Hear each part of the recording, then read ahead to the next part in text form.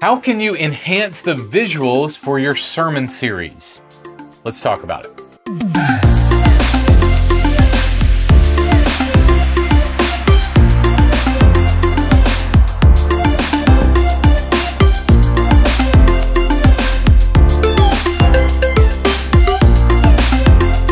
Hey, ministry leader, welcome to the podcast.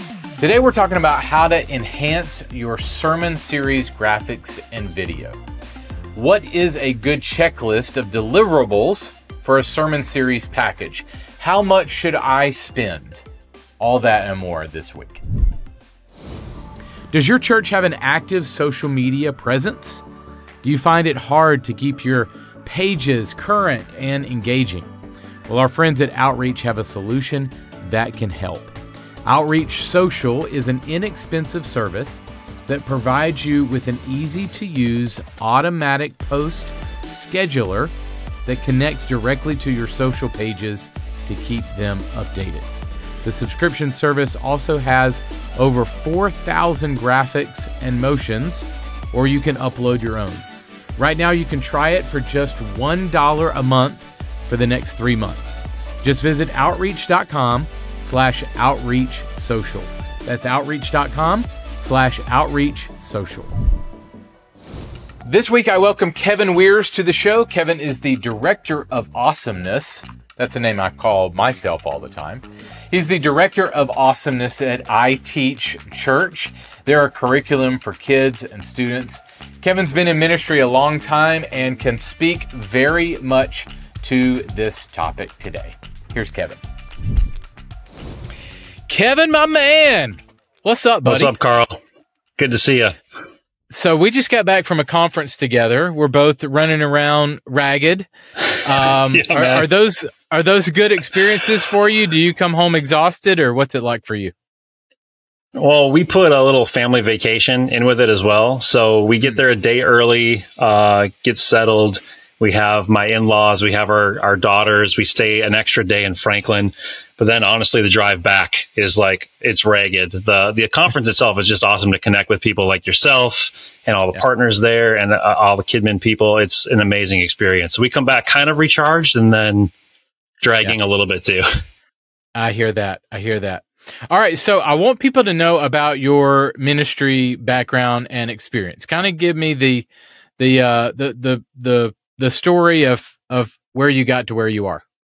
Sure, man. Like, I went to college for commercial art is what they called it. It was basically any form of art that could be sold, right? And then I found myself in the graphic design department of a pretty big church in Minneapolis. And I was the new guy 20 years ago. So I got to do the bulletin every single week, bulletin, until we finally convinced them to do PDFs. Thank you, Lord. But did design there. And then as communication grew and changed through email marketing and social media and all the different applications for communication, I grew in the department and then became a department head of graphics, and then inherited web, inherited TV, inherited social, and all these teams kind of got added to tell the visual story of our church and of the sermons and all those things. So 20 years later, I was running all those comms teams and all the creative teams, kicking out stuff for, the big church stuff, Christmas, Easter, all the sermon series artwork, running many, many teams. And it's been a joy. It's been an adventure to go through that process with all those people that are just dedicated to serve the Lord with their giftings. Yeah. And you kind of, that's a short story. You kind of started out as a designer and did visual media stuff.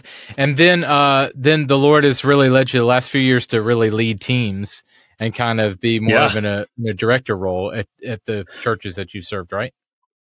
Yeah, for sure. Like working with, when you get the media teams, well, when I say media, I mean like the video teams, together in a room with the social teams, the graphic designers, the social teams, and we all kind of pull on each other's strengths to put together these cohesive campaigns to reach the audience and tell the stories that we have at our church up here.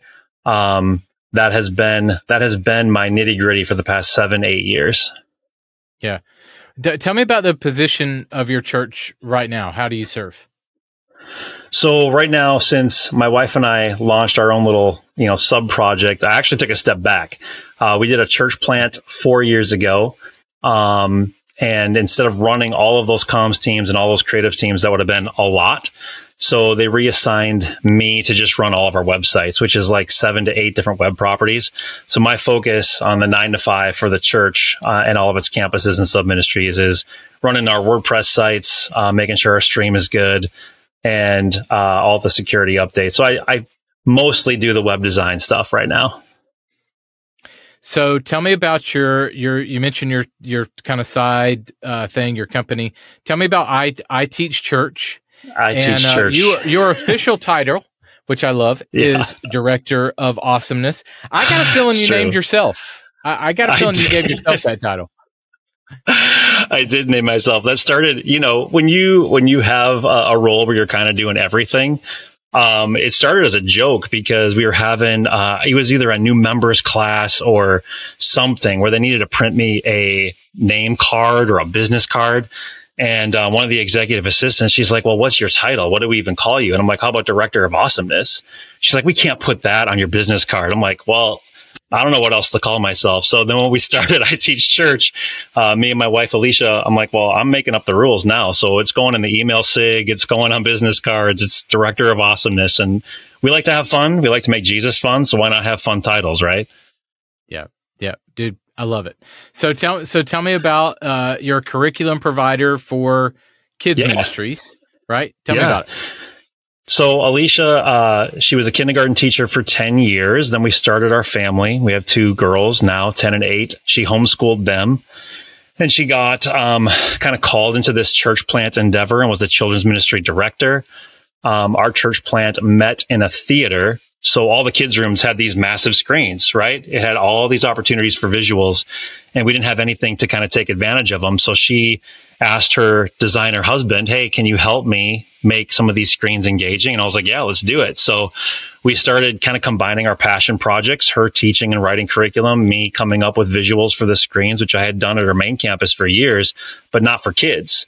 So we combined them, and I got to dabble. Instead of Photoshop and Illustrator, I was in Keynote and some of these other fun presentation softwares, ProPresenter, all of them, making the visuals for the kids. Well, then the Lord told us, hey, let's make this available for other people too. So we launched our website last May, right before the Kids Matter conference last year, and went live and decided, let's get this out there and see if anybody else would enjoy doing it the way we do it with our visuals.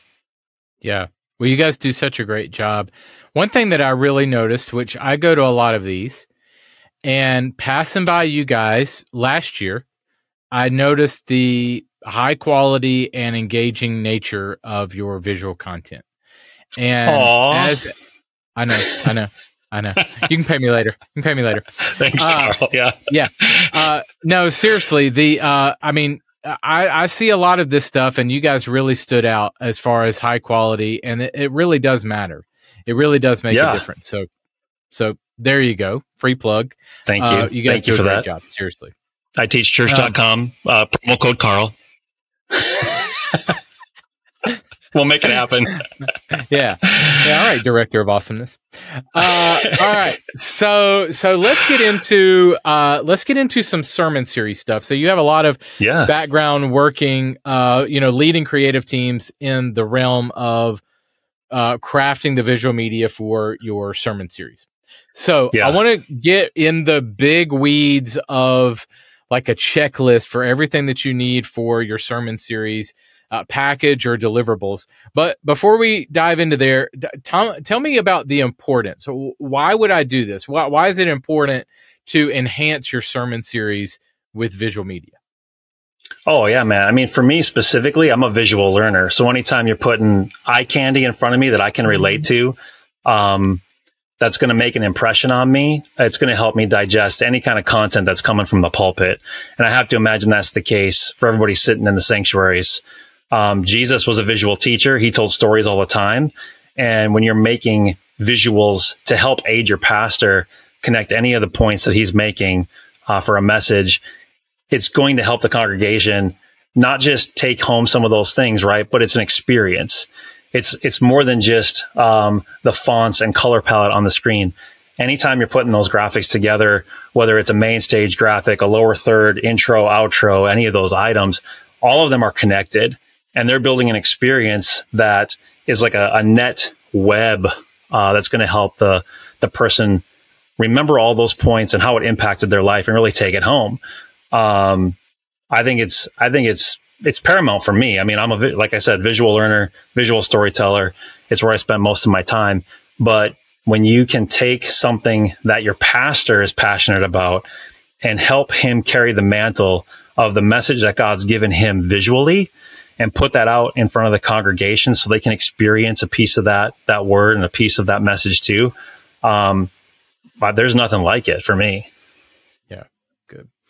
All right. So let's dive into the weeds here of our deliverables. So I'm just going to kind of go one by one on if I was making a sermon series package of graphics and video content, what would I want included in this package? Whether that is my in-house team, my in-house creative team is making it, whether that is I'm outsourcing this to a company like ours or somebody else that can make this stuff for me, or for sure, whether I'm looking for that in a ready-made world where I can maybe take something that's pre-made and either use it as is or adjust it for my context. What should I be looking for? So that's kind of the premise here. Yeah, like first and foremost, I like to work with the pastor or the lead team to get a really good key visual that's going to be the title screen. It used to be just a 16:9 and you were off and running, and we were good to put that up in the sanctuary. You could even make that for some advertising, easy peasy. You have your background graphics or the summary of your graphics that make up the visual, but then the title goes across the top, right? And you're kind of locked and loaded. That used to be enough. That's not the case anymore because there's so many different sizes of screens and so many different sizes of visuals. Now you need a title screen that's going to work really well on 9:16, like an Instagram vertical format, portrait format, something for a Facebook event, something that's going to work on multiple size devices is always good because iPhones and Galaxies aren't the same size. But when it comes to the sermon support, taking that lead graphic that we call it, the title graphic, and making something that's going to support scriptures, full screen scriptures, making something that's going to support lower third scriptures, making something that's going to support other maybe quotes or images that are going to go along with the sermon. So again, when you're building the visuals and you're building the media to help tell the story, you don't want to break from that experience. Every time there's an opportunity to give a visual, it's another opportunity for you to help tell the story. And it's weird, but going from a really cool visual to maybe just a black background with a photo, it's a little bit jarring. And the audience, whether they know it or not, it's like, oh, that's different. But if you can keep it cohesive across all of those touch points, that's our job. Our job is to support the pastor with all the things that he wants to say and do, and really tell the story from beginning of service. Actually, back the step up from advertising for the service and advertising for the experience that they're going to have on the weekend or at your special event. So what they see on your website matches what they see on social, matches what they see when they walk into the building, matches what they see when they walk into the sanctuary, and all the way through. And it's different for every team, right? Because everybody's canvas is different. When I say canvas, I mean the different screens that they have to play with, the different ways that their demographics, their congregation are responding to different social platforms. Like everybody's palette's going to look a little bit different, but as visual storytellers and people that make visual media, it's going to matter to hit every one of those check boxes so there's not a break in the storyline. You're speaking my love language. That is that is so true. That the experience is not just what's in your room. The experience for sure. is social media, your website, your parking lot, your lobby, your room, back out. All of that. Okay, so let's camp on the title graphic. If I'm looking at my library of sermon series, like an archive on my website, do I want to see like a really complicated graphic and a simple graphic? Do I want to see a variety? Do I want to see like what makes a good graphic versus a bad graphic? I know that's subjective. What is high quality design? Yeah. Kind of speak to a couple of those things for me. When you're designing that title graphic, that main piece that everything else is based off of, maybe where do you start and how do you lead your team to execute that well? So the most success we've had is, first of all, being as close as we can to the person giving us the direction for the message, right? Because our goal is to support the pastor that's going to be ministering that message and interpreting what they're saying. But we've had the most success in camping on a really solid background visual that captures that moment. I'm trying to think of some that we just had. One was Centerpiece. So we just did a very simple table graphic. One was called Rebuilding. That one we actually used AI for, but it was a forest graphic with a cabin in the woods.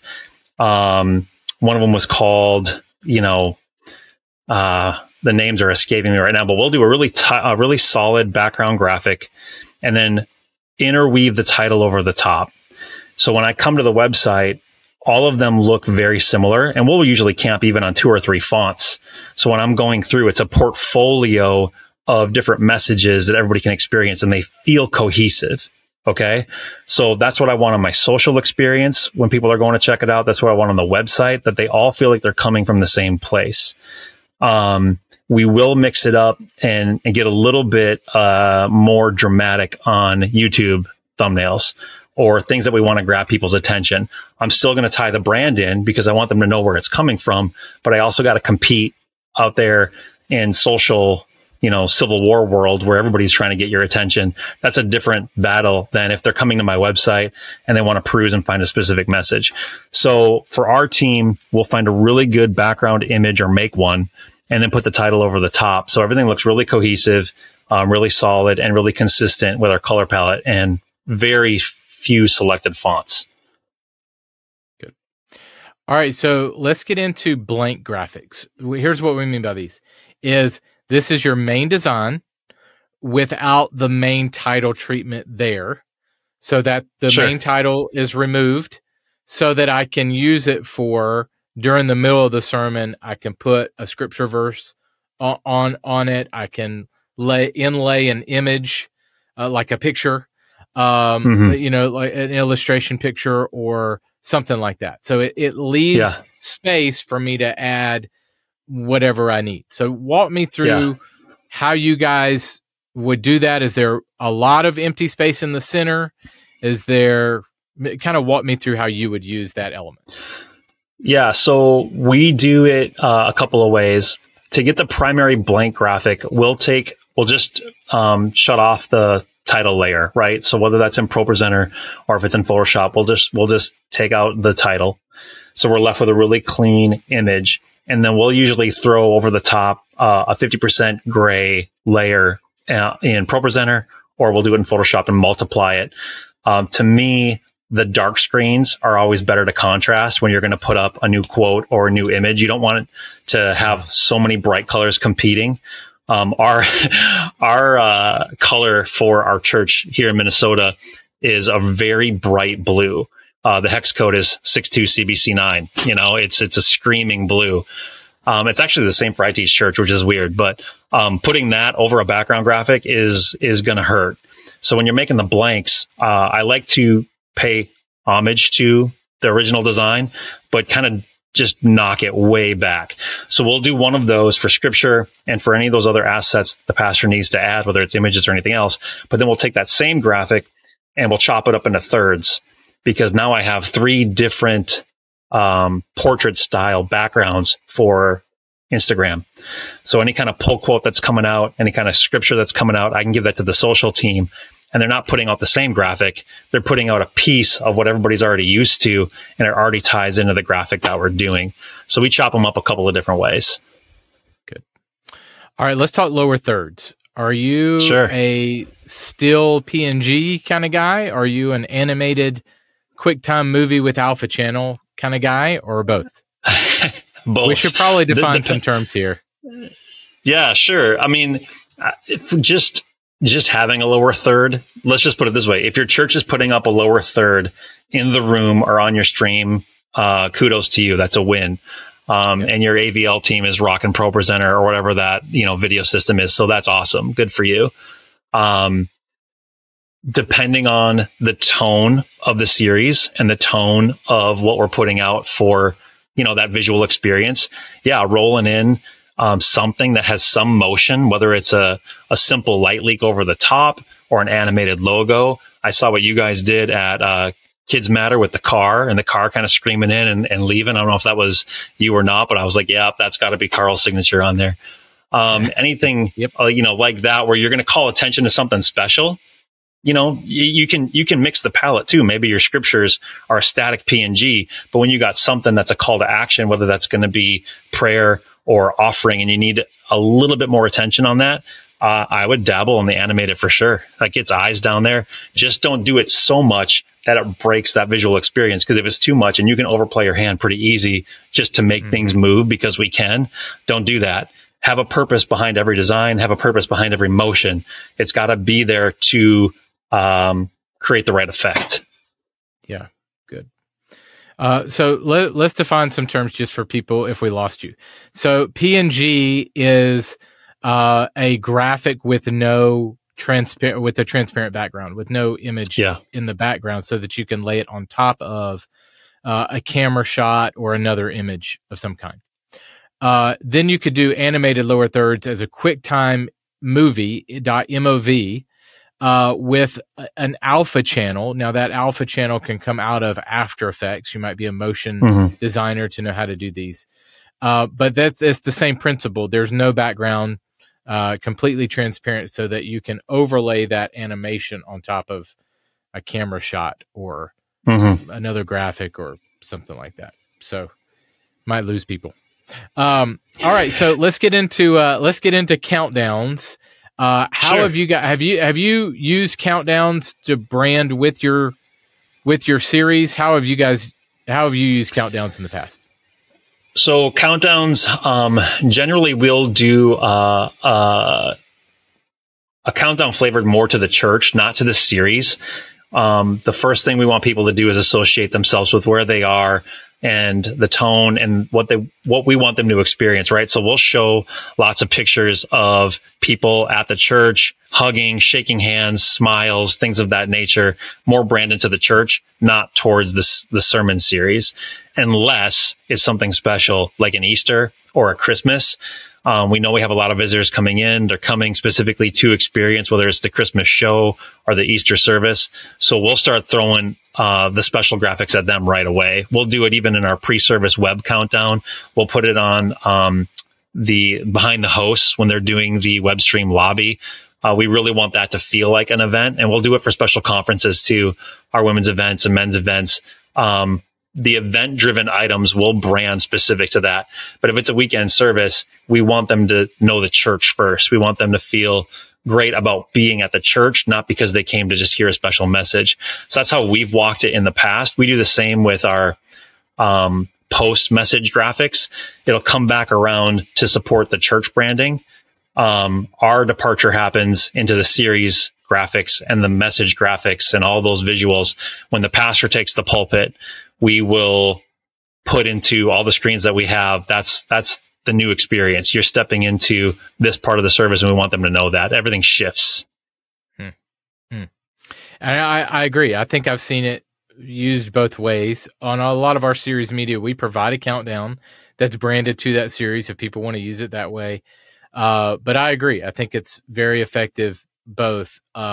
And I definitely like seeing the church and people from the church and how the church is making an impact in the community. Footage like that in the countdown. Good. All right. So and you can, I had just one thought on that, Carl. You can leverage that stuff too, because if you're making them in house, a lot of times those shots, if you can mine them, are great to put out on your social channels. They're great as web hero backgrounds. They're great in a variety of different packages. So, if you have a video team or you're commissioning somebody to come in and make that video for you, all of those things and all those great visuals, don't just relegate them to your pre-service countdown. They have a multiple of ways that you can use them, especially if you're trying to get them approved when it's a budget item. Don't just say it's our countdown video. No, we're going to put this in 5 or 6 different spots.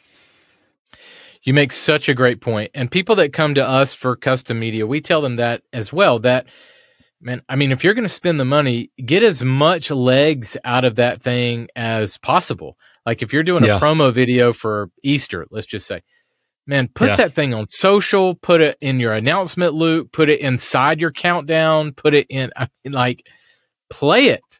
Yes. I mean, there is such thing as an oversaturated, but I think that people think that it's oversaturated when it's not sometimes. You know, it takes a lot of people are not looking at every single one of your things. You might, because you're in-house and you see it a million times. But the normal person, especially with the stats showing that they're coming twice a month, they're not seeing it nowhere near the amount that you are. So play it. No, man, we did an Easter campaign one time, and we had an artist come in and we recorded them doing some custom watercolors that we were going to use for the opening video. We used the behind the scenes to do a social campaign leading up into Easter. We did paid advertising on Facebook, and kid you not, a week before Easter, I had multiple staff members telling me, "Hey, are we even doing anything on Facebook for Easter? I haven't heard anything about it. Has it been in the announcements?" So I was like, "Are you kidding me?" Yes, we totally are. But we put it everywhere, and we thought we were oversaturating. But that's to your point; they hadn't even seen it yet. Yeah, you're probably not. Okay, so you were saying that when the message starts is when you kind of step into a new branded experience within your church brand. So does that start with the sermon bumper for you? Have you used sermon bumpers a lot in the past? So what we did, our senior pastor at our main campus isn't a giant fan of sermon bumpers. We would actually try to do a highlight video of him. We would go back to the previous week, carve out some of the highlights of the message, put it to some great music, combine some different shots. And there's a couple that we really nailed and he loved. Which is a bumper. It totally is. It is. Yeah. So we used them, and I loved them. I thought, when we're getting in there and making people excited about the message, giving them a taste of what happened the previous week so they don't feel like they're just stepping into something new, especially when you're in a 3, 4, 10-week series, starting to whet people's palates for what's about to come is awesome. So we use them selectively.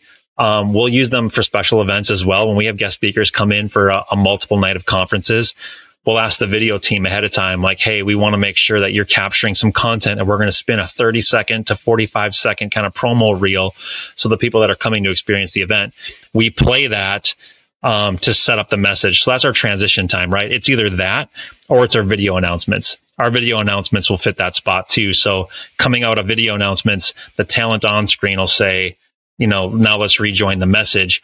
Well, that's the segue where all the screens and the lighting cues or whatever has to flip to start the message part of the service. That's where we go. Yeah. And the term bumper, and you can speak into this. Like, I was more familiar with the term bump or bumper in the broadcast world, in the TV world. Yeah, for sure. It's not a commercial. It's not the show. It's a small little 5 to 10, sometimes second, little motion graphics piece that bumps between the commercial and back to the show. So I guess the church has kind of adopted that term into calling it the bumper. Would you agree with that assessment? Well, I only know from what I've researched on sites like yours and others where they're packaging bumpers. And I knew at first too from broadcast, especially radio. Here's your bumper into the show. Here's your bumper out of the show. And it's a little highlight of the talent saying, different things. I like them. I think they are an important part to help people transition into what's about to happen next. And a fun way to transition into that whole message experience. If you have the ability to either purchase or make them yourself, I think they're a key part of that message branding and of the visual media package. Yeah. So they're pretty popular on our site. Really, when it comes to, we package the entire series media together. So we actually create a bumper and then 2 series, we call them series trailers, but they're essentially the bumper, but after the title graphic, we just say new series starts in 2 weeks. New series starts in 1 week, so that trailer can play on social media leading up to, or you can even put it in your service if you want to, but at least on social media can help lead up to. But I think to your point, the bumper is really designed in a lot of ways for that transition to happen on stage. It's a chance for the worship team to go off. It's a chance for the lighting to reset, for the podium, for the music stand to go off, the podium to come on, the pastor to walk up. Like in radio, if that were to happen with nothing, that we'd call that dead air. Because are you like there's nothing to engage my senses while all those things are happening. I'm not saying that it can't happen. I'm just saying it's a good distraction, for lack of a better word, that I can look up on the screen while that transition's happening, so that when the video ends, we land in the next spot. Yeah, you're pushing in the clutch, right? I mean, you're going to transition. So either you're going to grind the gears and people are going to go, what's happening? Or you're going to make it really smooth with a little bit of eye candy and a really nice music bed. And it's part of weaving that experience together. And I think to your point too, they are so helpful on social, especially when people are kicking out messages in series every 3, 4, 5 weeks, and they want to have some sort of pool to advertise, to not have to make that asset themselves, or to pull from something that might be pre-done, to leak that to their following on social, or to boost it on Facebook or other ways. That is a pre-done commercial for them. So to utilize it, like we were talking about before, utilize it in multiple places, get it on social 2-3 weeks ahead of time, and then play it again in your service because people already saw it and they want to be reaffirmed that they're in the right spot. That's being a good steward. That's being really wise with telling the visual story, but being a good steward too. Yeah, good. All right, so let's dive into motion background. So a couple things here. You got title motions, which is kind of the language that we use. What we mean by that is this is a looping motion background with my welcome, glad you're here, or goodbye, have a great week, or giving, or announcements, or some kind of pre-made text on there, and also motion like blank motion backgrounds. These can be used for your sermon series points. Again, this could be used for lyrics if you needed that, something like that. How have you guys used that, maybe crafting them or executing those in your spaces? So the majority of our stuff has been stills. We've dabbled a little bit with the motion. We do it more with the iTeachChurch stuff. That is very motion based when it comes to the scriptures, when it comes to the title graphics. But to me, when you have that visual piece in there, even if it's just a soft, like you were saying, a little bit of a motion on a word, or a light leak, or, for us, we'll have, instead of a still of maybe a forest, it'll be a video. The camera's not moving, but you see the trees kind of shake in the wind a little bit. Anytime you can add a little bit of that life to the graphic, it really enhances the experience. I mean, when you see something move and even make some sound in real time, you are designed to take in that graphic a different way. It's moving, it's making some noise, it's more appealing. All the, lights on your brain are going off like, hey, what is this? I need to pay attention to it. So anytime you can do it tastefully and it's supporting the experience and not distracting from the experience, it's by all means a benefit. We did one time, a pastor did a series called Eternity, and we, the first part of the series, did a bumper graphic or a promo video that happened in the woods, and a guy was constructing some things in the woods, and you had no idea what it was until we did a perspective reveal, and it showed the eternity symbol made out of wood. But walk in, we had trees on the screens, and then we had recorded like forest sounds and rain. And when people walked in, they knew instantly something was different because they could feel it and they could hear it and they could see it on the screens. So anytime there's an opportunity, even if it's just a welcome, or even if it's just a see you next week, where you're adding a little bit of that motion, it is going to be making more of an impact on the people that see it, for sure. So you mentioned something that I want to try to define, and this might be hard to, and that is if something is distracting. So we've kind of defined high quality visuals as visuals that don't distract, that don't take you away from the story. Can you define that? Can you put that in words on like what would be a distraction and what would not be? I don't know if I got like a hard a hard definition for you. I think the best way to kind of explain that for me, and this is a little bit of a rabbit trail, but like with worship lyrics. Like you can put up worship lyrics that are helping people enter into the experience of worship. You can put up a background loop for your worship lyrics that are going to help people enter in and meet God with where they're at. Or you can put up worship lyrics that are very distracting because they're way too small and hard to read, or the colors are all over the place, or you decided to go, random on the Pro Presenter transitions and things are flying in, popping from left and right. They're the same lyrics.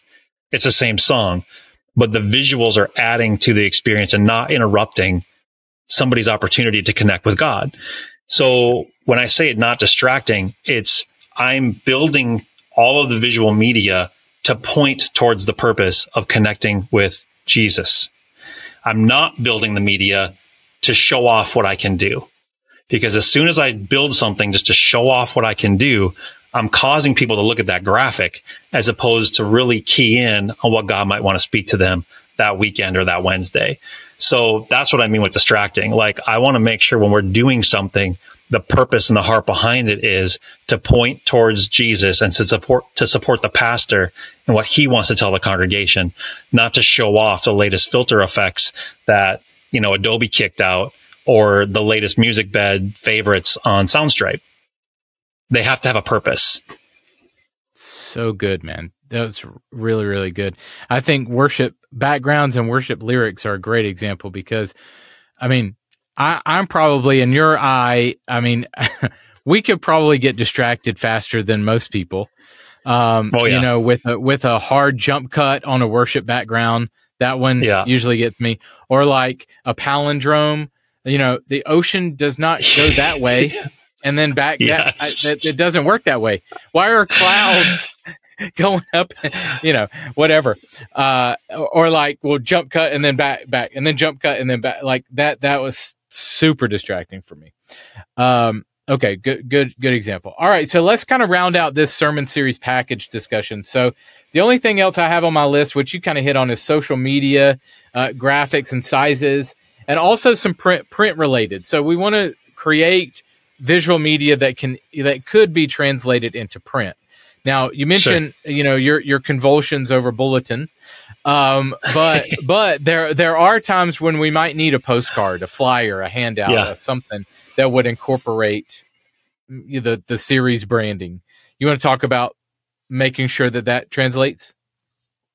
Oh yeah. When we start with that title graphic, we usually are starting 16:9. That's the way our screens are orientated in most of our facilities. And that copies nice for us into a postcard size. So if we're doing invites for a series, or if we're doing postcards for Christmas, Easter, any of the special events, the majority of the time, that 16:9 graphic is going to take a minor cropping to fit onto a postcard. It's going to take a minor cropping to fit into some of our hallway signs. So when we're designing things, we'll even put guides on some of our Photoshop documents because we know where the title is going to land. And if the original designer who's constructing this piece can hit these targets, it's going to go into our print design flawlessly. Bulletin ads. We don't do a print bulletin anymore, like I said. But anytime you're constructing your visual medias, knowing that it's going to apply to a bunch of different places, starting with that source file and knowing, hey, I can put this in a certain design lockup and it's going to apply very nicely for Instagram. The title's not going to get cropped off. It's going to apply very nicely for Facebook. It's going to go into my postcards. It's going to go into, maybe you're doing a business card sized handout that your evangelism team wants to take out to the streets. A 4x4 postcard. We'll try to keep that title in the initial square because then if it does go out to a print piece, the design is going to stay intact. And again, with your print items, keeping that visual story intact is going to be as important as all the other visual media and screens that are out there. And a lot of times that's the first one. Same thing with web, right? You mentioned print, but people going to the homepage or finding your event online, that's a lot of times that's the front door. And that's going to be the first experience they have. So seeing it there and in print and at the doors of the church and through the sanctuary, hitting them on all cylinders is the important part. Good.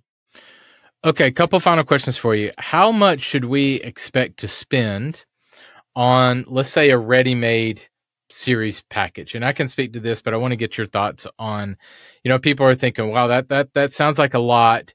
It sounds like a lot of money. So let's talk pricing for a second. About how much should a church expect to spend on something that's pre-made? Oh, man. I don't know that I'm going to have the perfect answer for that. I've seen packages from the 150s to the 500s for a pre-made package, but with everything that's out there in the design world, you are going to get what you pay for, right? It's going to have the quality of the visuals and the options that you have for file formats and sizes, whether or not they might have a motion element or not. I think it's worth paying for those pre-made ones that are really done well. And then even, to the custom side too. So the other aspect of that, Carl, is finding somebody, if you're paying good money to have it done or to purchase it, having either a person, designer, or a company that you can trust to deliver those things. Because there's a lot of people out there that can't, and they might have a cool idea and they might have, the font of the year, and they'll put it into a 16:9 layout and expect you to like it.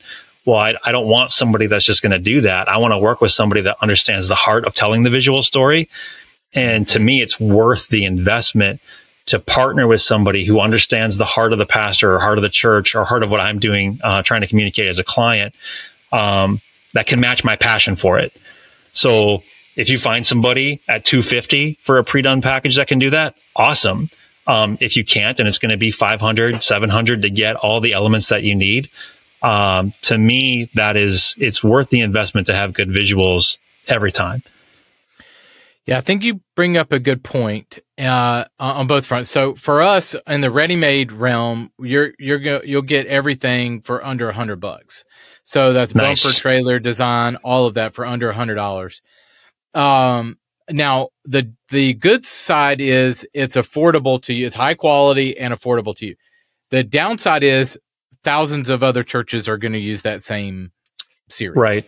So totally. If you wanted something a little bit more custom to you, you're going to spend more because it's going to be exclusive to you. So the difference with us is it's about $100 for that.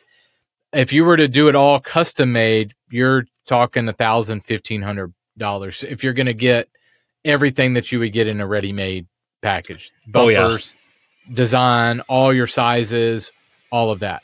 So I want people to not have extreme sticker shock. I want to give you a realistic point of view. And then, Kevin, have you speak to is it worth it to do that? And I think you bring up a good point that it's one thing to find a company that can do design, that can do graphics, that can do video. It's another to have somebody that is on mission with you, that can speak the language of ministry, that can go back and forth with your pastor, like that. Those kinds of things matter and may cost a little bit more, but do you think it's worth it? Well, from someone who's run in-house teams where evaluating the investment on a project is a little bit different, because I'm not writing the check, I'm paying payroll. So when we would tally up the amount of hours that a team of 3 spent on a 2-day shoot to do an intro for the Eternity series, and then partner that with 2 designers over the course of 2 weeks, developing all the comps, because it's not just one design. We did 4 or 5 to route up to executive. Then they picked one. Then we rolled out all the support graphics. If you're going to hire an agency to do that level of production, you're not looking at 1,000, you're looking at 5 figures to have that amount of talent invested in telling the story. Do I think it's worth it? That was one of the most successful series designs we did beginning to end, and it captured the heart of a lot of people. The second most successful series design we did was called Wings of an Eagle, and we got permission from a wildlife channel on YouTube to use a lot of their drone footage of eagles, and we just chopped that all up and put it with pastors' quotes, and it cost us next to nothing, but it was brilliant, and people loved it to the same degree. In fact, that series is still talked about because one of the messages, we actually had an eagle come to the weekend services and sit on the stage, right? So here's a visual element, not a screen, but a live element that people still remember. Hey, do you remember when Pastor was on the stage with an eagle? That was amazing. Well, yeah, it was. So you get to tell the visual story in a lot of different ways.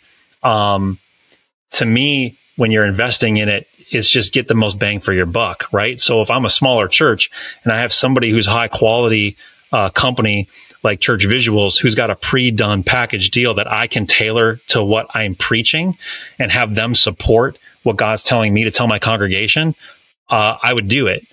You know, if I'm a mega church and I have a unique vision call and the resources to send a team out for a couple of days to make custom things because I need the congregation to get behind the latest mission, global church plant, church building project. Yes, because like we were saying at the beginning, you know, in my opinion, Jesus was one of the greatest visual storytellers of all time.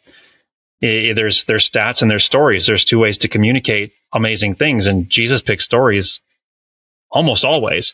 So for us as visual storytellers, investing in as many ways as possible to connect the dots for the people that we want to partner with us, yeah, it's worth it. Yeah, good. All right, so let's land on that thought and just kind of put a bow in it. Why do high quality visuals matter when communicating the gospel?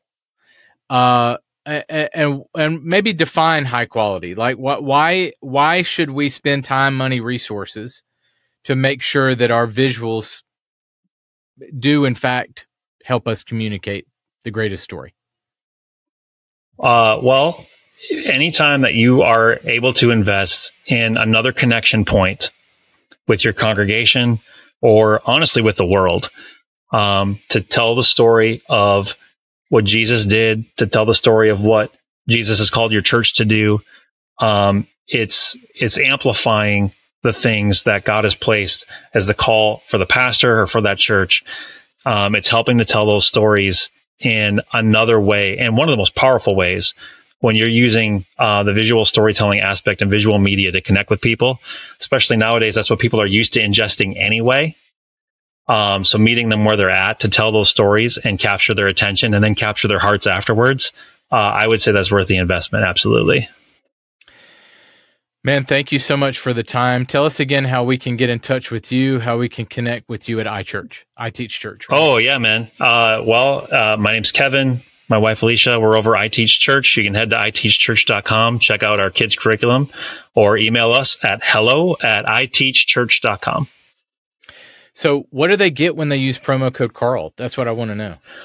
Well, we'll talk about that after the recording, because that's, we didn't have that pre-done in the contract before this podcast was set up. So we'll see what happens. Man, thank you so much. Appreciate the time, buddy. You're welcome, sir. Have a good day. Hey, ministry leader, Matthew here from the Church Visuals team. I have the privilege of leading our ready-made media team that serves you guys through our library of media content. I just want to drop you a word of encouragement today. You are doing a great job. And as Paul reminds us in Galatians, I want you to not grow weary of doing a good thing. The way that you serve the kingdom matters, and it's making a difference. The way that you present the gospel, it matters. And that's why we are so passionate about partnering with you to supply you with high quality visuals. We are here to serve you, and it's our pleasure to do so as you serve your community. Your visuals matter. And we're here, we're cheering you on, we're praying for you. Keep up the great work. Here is your church visuals tip of the week. Be intentional about your sermon series visuals. Well, thanks so much for checking us out. Churchvisuals.com is our website. We would love for you to connect with us there and on social media. If you want to reach the people you want to reach, your visuals matter. I'll see you next week. Your Visuals Matter has been a podcast presentation of Church Visuals. Executive produced by Carl Barnhill. Edited by AJ Schubert. Title and show graphics by Angie Lomas. For more resources to help you visually communicate the gospel, visit churchvisuals.com.